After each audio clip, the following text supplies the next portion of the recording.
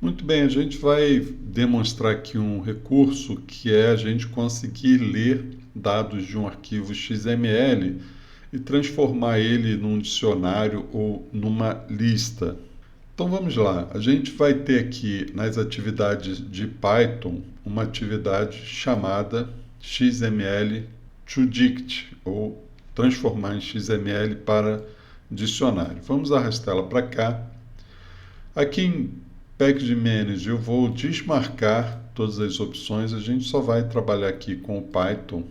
Então o que nós temos aqui de opções? A gente pode selecionar um determinado arquivo, então eu vou pegar esse arquivo aqui de exemplo, que é o NF001, e ele vai trazer isso como um resultado qualquer. Observe bem, o XML ele é um tipo de base de dados hierárquico, onde ele tem tags, assim como HTML, como JSON, como vários outros tipos de dados, de base de dados em arquivos.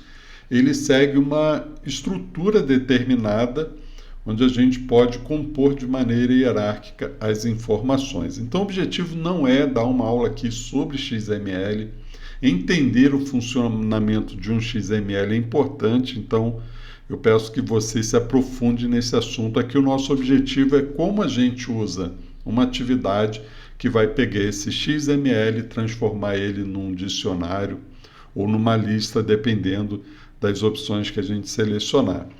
Então, a gente vai fazer de uma maneira simples aqui, a gente depois vai demonstrar outros recursos, como o View XML, que vai permitir que a gente analise o arquivo XML. Mas, por enquanto, a gente só vai mandar que ele, depois que ele ler o XML, transformar aqui num dict, ele liste para a gente as informações que ele conseguiu trazer.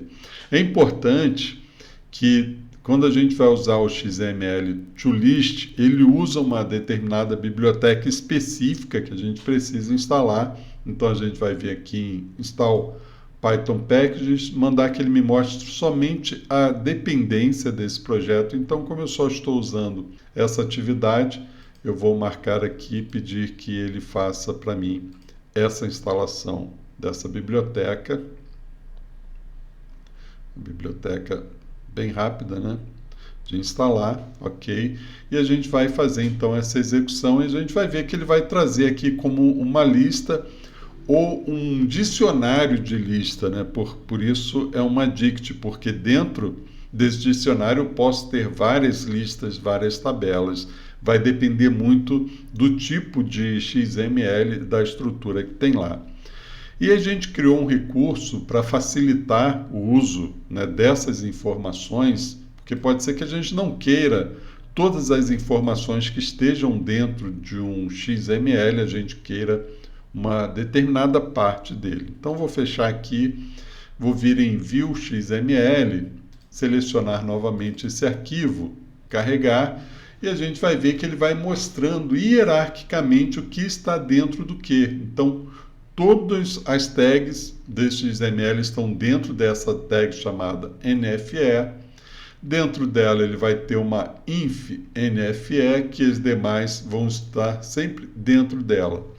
Então imagina o seguinte, que eu quero pegar informações do emissor dessa nota ou do destinatário dessa nota. Então eu tenho aqui algumas tags em que eu posso definir aqui no meu parâmetro aqui, tag, se eu quero uma tag específica. Então há a possibilidade de que eu pegue e gere uma tabela menor só com as informações que estejam, por exemplo, a partir aqui dessa tag aqui, emit. Está vendo aqui a tag emit? Eu estou dizendo agora, eu só quero trazer informações que estejam dentro dessa tag, ou seja, ele só vai pegar o que estiver dentro dessa hierarquia aqui, que é CPF, CNPJ, nome, endereço, inscrição estadual e assim por diante. Então vou clicar aqui para executar e agora eu vejo que ele só trouxe realmente essas informações que são específicas aqui dentro dessa hierarquia.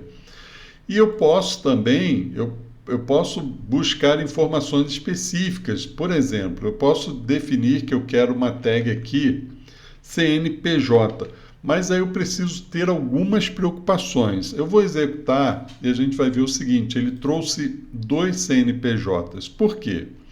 Porque dentro de emissor eu tenho CNPJ, mas dentro aqui do destinatário eu também tenho CNPJ. Então, não necessariamente eu posso dizer que eu quero uma determinada tag, porque ele vai olhar dentro de toda a estrutura e trazer tudo que tenha aquela tag.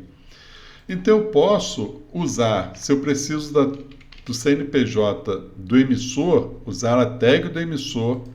E aqui dizer que, como eu estou nessa primeira tabela aqui, né, já que ele vai trazer isso como uma tabela, ó, vamos executar aqui, eu vejo que ele trouxe como uma tabela. Eu posso dizer, então, que eu quero o CNPJ, por exemplo. Usando aqui as chaves, eu consigo filtrar e ter exatamente uma informação específica que eu preciso. Por isso é importante que a gente entenda a hierarquia de um arquivo XML para que a gente possa trabalhar com ele da melhor maneira possível.